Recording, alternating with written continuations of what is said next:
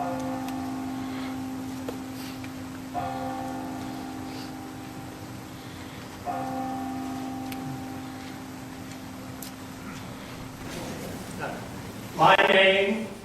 name is Joseph ben Abijah.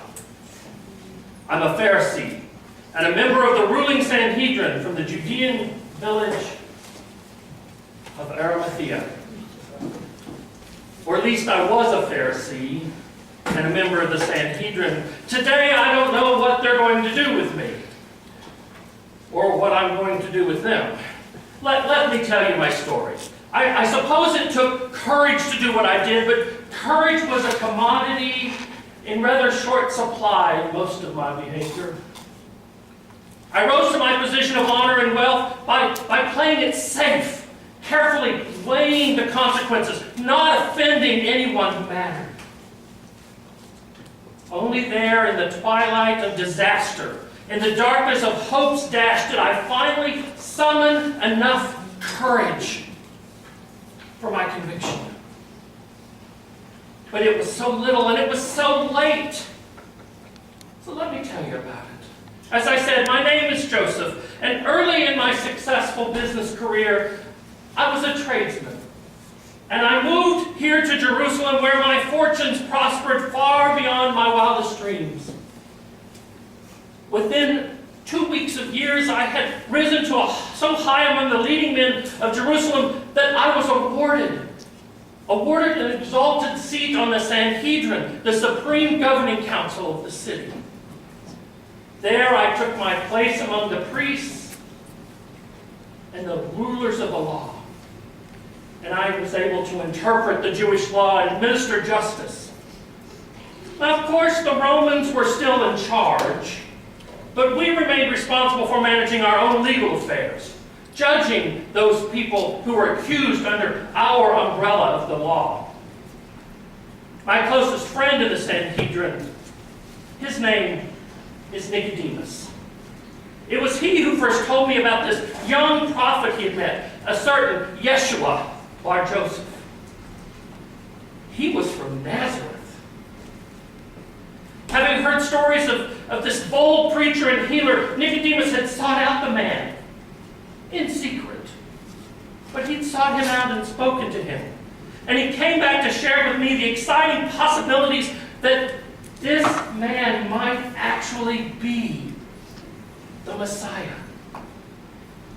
He told me of this amazing message that this Yeshua was spreading about the nearness of the kingdom of God and the need to make a decision in favor of the kingdom.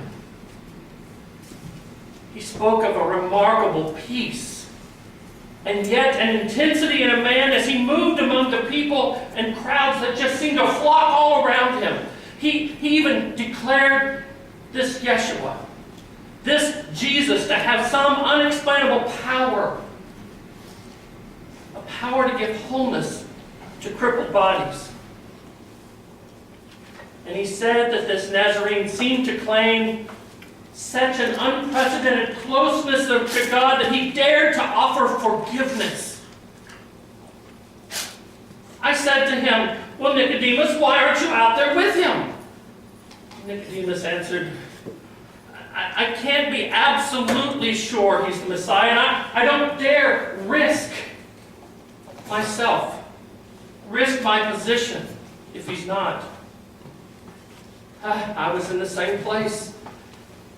I was pondering everything I'd heard about him, but I wasn't so committed that I could risk everything that I had. For centuries we've been praying for God to send a deliverer to us. Was it possible that this was the one? But I couldn't let myself be convinced. You know, when he entered Jerusalem that day last week on a Sunday, there were crowds everywhere, and I was there. You wouldn't have noticed me. I was hanging back on the fringes and not dressed in my usual finery. I desperately wanted to see him for myself, but I had to be inconspicuous. It would simply not do for a respected member of the Sanhedrin to be hailing the arrival of a Messiah pretender. When the people around me shouted, "Hosanna! Hail to the Son of David!" I wanted to cry out, but I kept my silence. I dared not openly show any interest. But before you judge me, please understand the dilemma I was in. My wealth depended upon my good relationships with the rich and the powerful. Through their good graces, I had this position that I have now on the Sanhedrin. To come out openly in support of this Galilean meant certain ostracism, a sharp curtailment of my business, certain expulsion from the council. Don't find fault with me for my timidity until you've checked to make sure your own houses are in order. Have you ever been guilty of shirking from an open allegiance to your Lord when it was convenient for you? Have you ever taken the easy way out? The deed undone, the mouth clamped shut when the situation demanded your vigorous response? Yes, my friends, my guilt is not mine alone. Besides, there was a scandal the very next day. Jesus came storming into the temple, throwing tables over, chasing the animals away. He wreaked havoc all over the place. And the Sanhedrin was in an uproar. Many of us were tied financially to the trade there in the temple market, stood to lose money by all of his interference. Frankly, I was angry. Until Nicodemus calmed me down. Nicodemus came and we had a long conversation, lasted long into the night, and he finally convinced me of what I should have realized all along, that it's not proper to make a profit off other people's religious obligations. I felt ashamed. Ashamed that my desire to get ahead had blinded my spiritual sensibilities. I became more convinced than ever that this Jesus, this Yeshua, was truly an extraordinary man. But my fellow leaders in the Sanhedrins were enraged at the brazen upstart from the north, and their fury was intense. They wished to be done with him, the sooner the better. Even after he overturned everything in the temple, people were flocking to the temple just to hear him teach. I must say, even the Romans were getting a little nervous. So Caiaphas, the high priest, sent a delegation to confront Jesus with a crucial question about his authority. How dare he speak and act as he did? Wasn't an easy question to answer, for we, the Sanhedrin, were defenders of the law. And he was not acting on our invitation. On the other hand, if he claimed to be acting on the basis from God, we would be laying a trap for him so we could charge him with blasphemy. I was quite unprepared for the skillful way in which he turned the tables on us. He demanded that we first tell him by what authority John had baptized. Was it by human or divine authority? We got together as a group and we talked about it. If we answered it was the authority for John came from God, then we would have had no excuse for not following him. But if we said that his authority was only his own, well, the people revered John as a prophet. I kind of just stood back. My colleagues were on the horns in this ticklish dilemma and chose, after all, not to answer. Secretly, I was delighted he had outplayed us at our own game. But the elders of the council were even more determined to rid themselves of this man. Nicodemus and I were aware that some kind of plot was brewing. Rumors were afloat that the chief priest had found one of Jesus' own followers who was willing to help deliver him to us. Stealth wasn't necessary. During the day, he was surrounded by so many people. And at night, we did not know where he went. So it would have to be an inside job.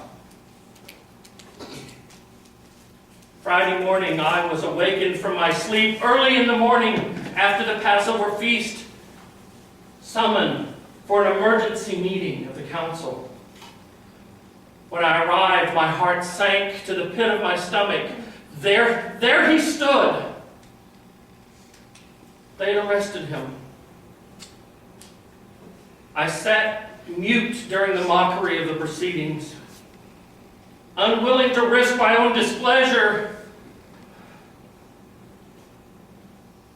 One lackey after another came forward and said horrible things about Jesus, but their stories didn't match.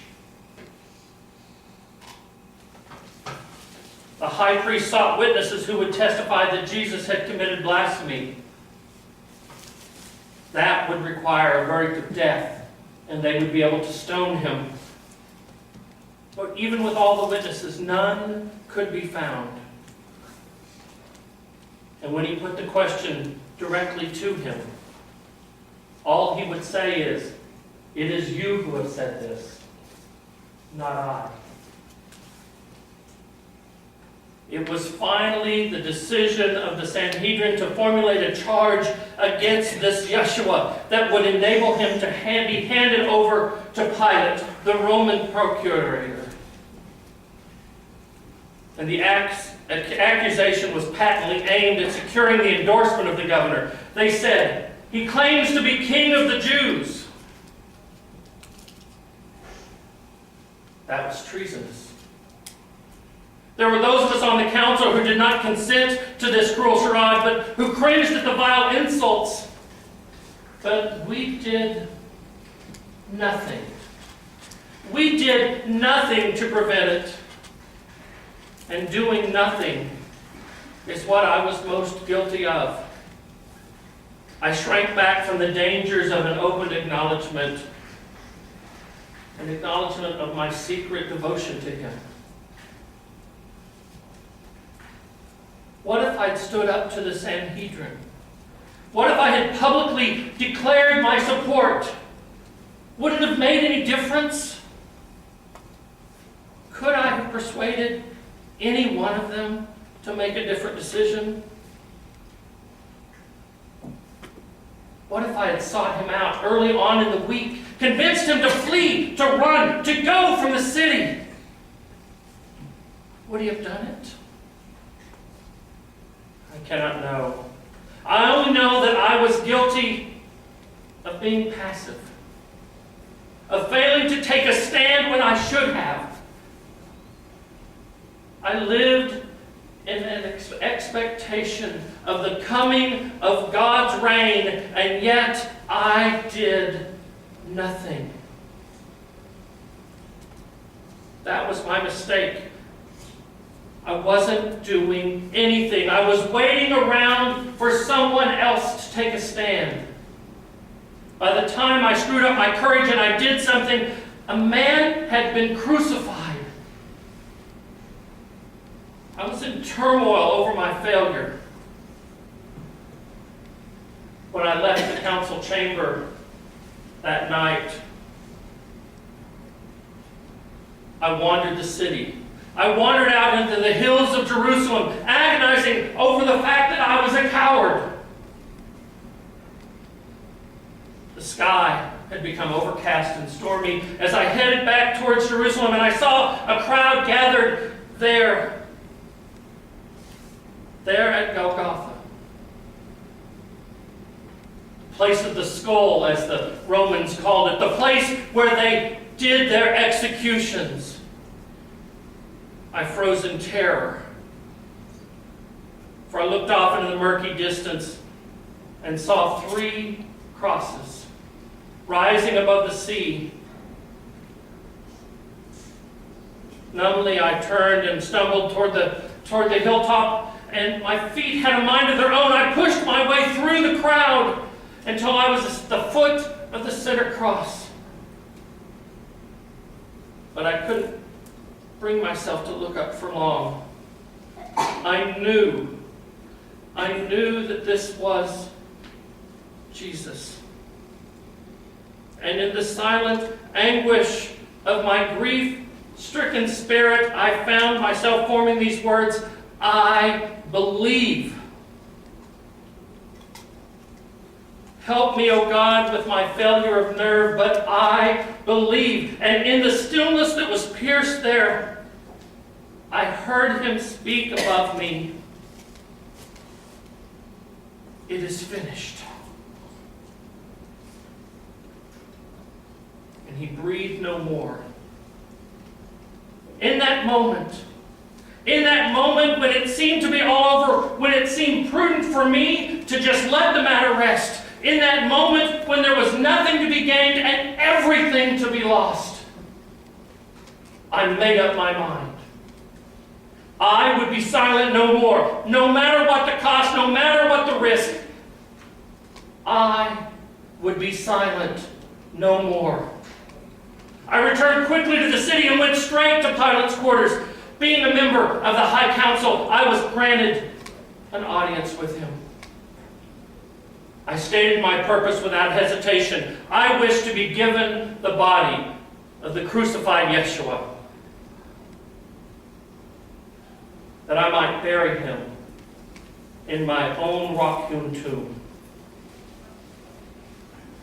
Pilate was astonished, both that such a one as I were making a request, and two, that he was already dead. Crucifixions ordinarily took a long time, but the centurion brought him news that, yes, death had already come. I was granted my request. There was no possibility of hiding it now. The news would be all over Jerusalem by nightfall. No matter what, it didn't matter. I was no longer a Jewish tradesman carefully weighing and calculating the fruits of my decisions.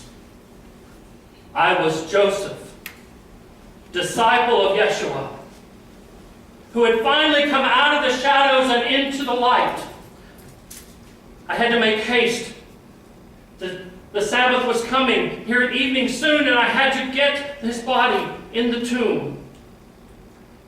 Back on Golgotha, I set to work with preparations for the burial, only to be interrupted by the arrival of Nicodemus. Nicodemus, my friend, who had brought spices with him. Spices of great expense, that we might anoint his body. The two of us wrapped him in a clean linen shroud that I purchased on the way, and we carried him to the garden not so far away, and laid him inside the tomb. And we closed it with a large stone over the opening.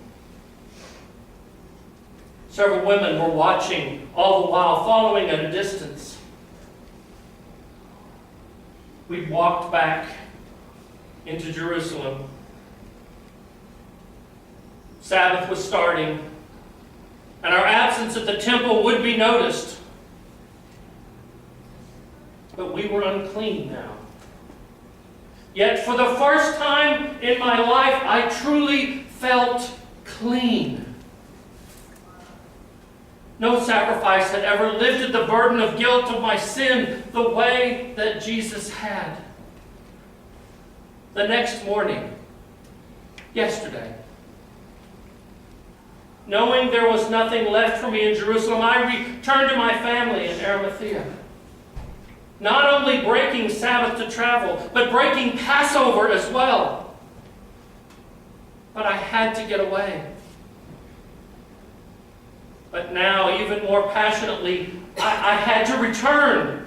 For just a little while ago, before I was telling you this story, a messenger came from Nicodemus, good old Nicodemus, and he was telling me Jesus is alive. Jesus is risen from the dead. Death could not hold him. He is the long-awaited Messiah. So that's the extent of what I did. I gave him a tomb. I gave him a tomb to be buried in. How could I have known he wouldn't need it for very long? He was wrong, you know. This Yeshua, this Jesus, was wrong. It wasn't finished. It was only the beginning. But before I go, I have one more thing to say to you. Learn from my example. I was silent when Christ needed me. Today, Christ needs you. Yours are the only voices that he has in this world. Yours are the only hands. Yours the only feet.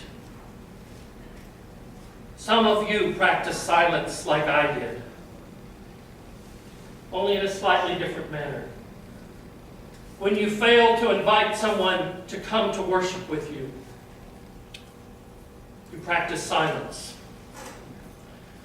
When you fail to speak out against the injustices of the world, you practice silence. When you fail to support Christ and his church, you practice silence. I took my silence and my shame to the foot of Jesus' cross, laid them at his feet. You too can lay your silence down today as I did, and you too may receive the forgiveness of the one true Christ. Christ is risen. He is risen indeed. Amen.